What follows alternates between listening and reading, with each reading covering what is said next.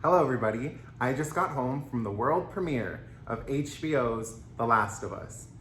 I know what you're asking yourself, Taylor, this doesn't look like the world premiere, what are you doing? Well, let me just tell you guys, it was pouring rain out there. So as soon as the premiere ended, we ran to our car, drove home, and now I am trying to upload this before 12:01, so it's good to go as soon as the embargo lifts. Anyways, you guys are not here to hear about the weather, are you? Still raining.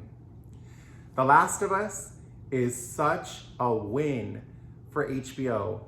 I had no doubt that this show was going to be amazing. First of all, it's HBO. They hardly ever miss. Second of all, Chernobyl, amazing. Same people working on this. Also, you have Neil Druckmann working on this as well. And you have Craig Mazin from Chernobyl. I don't even know where to begin with how fun this show was. I've read reports online that it was 85 minutes.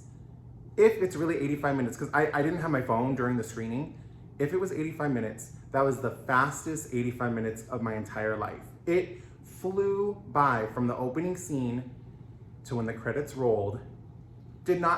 Honestly, 30 minutes. It felt like 30 minutes. But it was such a satisfying entry. Like as a season premiere, it was so satisfying. It really built the world and just like set the tone and the stage of what's going on. I am just gonna be very honest with you guys. I played a little bit of the game 10 years ago.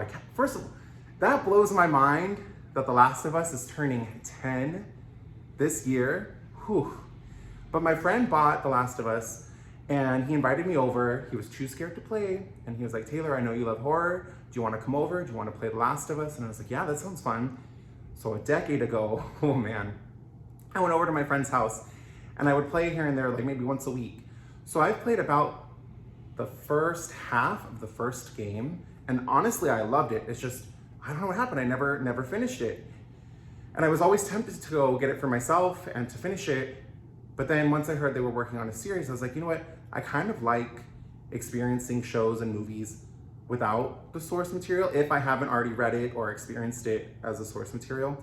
So the little bit that I did know going into this show, I think that the video game fans are going to be very happy with it. There were certain things that were introduced that I was like, oh yeah, I instantly recognized that from the video game. And then for just like the general audience, it's just such a well acted, well written, the cinematography, that's one thing that really bums me out, is that this is probably one of the only times it'll ever be shown in a theater. And it was just incredible to see in a theater, packed. It was packed with people and people were gasping. The lady next to me, I don't think she had any clue what she was getting herself into. And she was just like blown away. She was just like, oohing and awing the whole show, which was really fun for me to hear, you know, someone who might not be like a huge fan of the source material, to hear their reaction. It was just really, really fun to hear that. And then it was funny because the guy next to her was a huge fan of the source material. And there were certain, like, not Easter eggs, but certain things that are in the game, and it would show it on screen and he'd be like, oh my God, that's that. I'm trying not to spoil anything also because I know that this honestly is going to draw in a big audience, not just the people who played it or who grew up with this game. So I'm trying to be a little bit vague because the show, first of all, airs this Sunday on HBO. And second of all, I want people to go into it, you know, who haven't seen it. My boyfriend David, for example, he did not play the video games. He didn't really know what to expect, but he had a lot of fun with it too, which is why I'm really thinking this is gonna be a huge, huge win.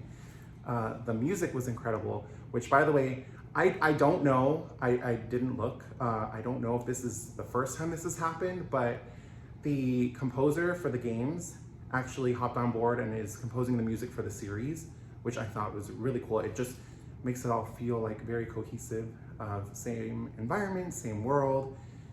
I will tell you guys about the world premiere itself. Man, it was so funny. So we got there and we had to put our phones into these little bags that were magnetically sealed, and I didn't have my phone for, I don't even know how many hours. It felt like days. It's weird, it's really weird not having, I mean, normally when I'm in a theater, I don't use my phone, but at least like it's there and I have it just in case like I need it. But just the fact that I couldn't have it, even if I wanted to have it, it was just bizarre. But anyways, what was the point of this story about the phones being locked up? Oh yeah, so right before the premiere started, they had a voiceover from Nick Offerman, and whew, it was great.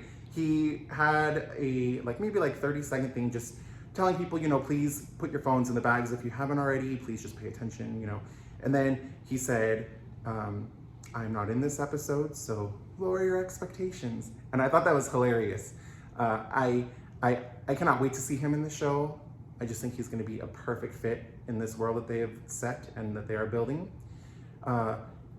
One thing that I wanted to make sure I mentioned for sure is we stayed for the entire credits because we wanted to, be respectful, because a lot of the cast, a lot of the crew, they were all there tonight. This was the world premiere. We wanted to show our respect, and we, cheered them on the whole time. And at the end of the credits, they showed a preview of what's to come in the upcoming weeks. And I'm really, really hoping that this is the same preview that they will show at the end of the credits when the show comes out this weekend. So I would highly recommend, if you're interested, if you don't want any spoilers or don't want to know anything about what is going to happen in the future, I would say don't watch it.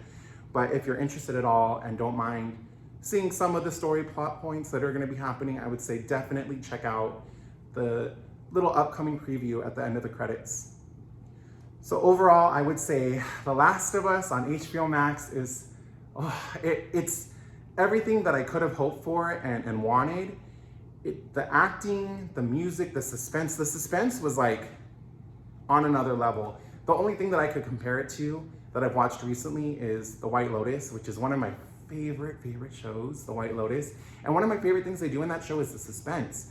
It's like anything could happen at any moment, and just the music builds, the suspense builds, and then finally the payoff. And it's just this show really, the payoff and the suspense was just chef's kiss. I loved it.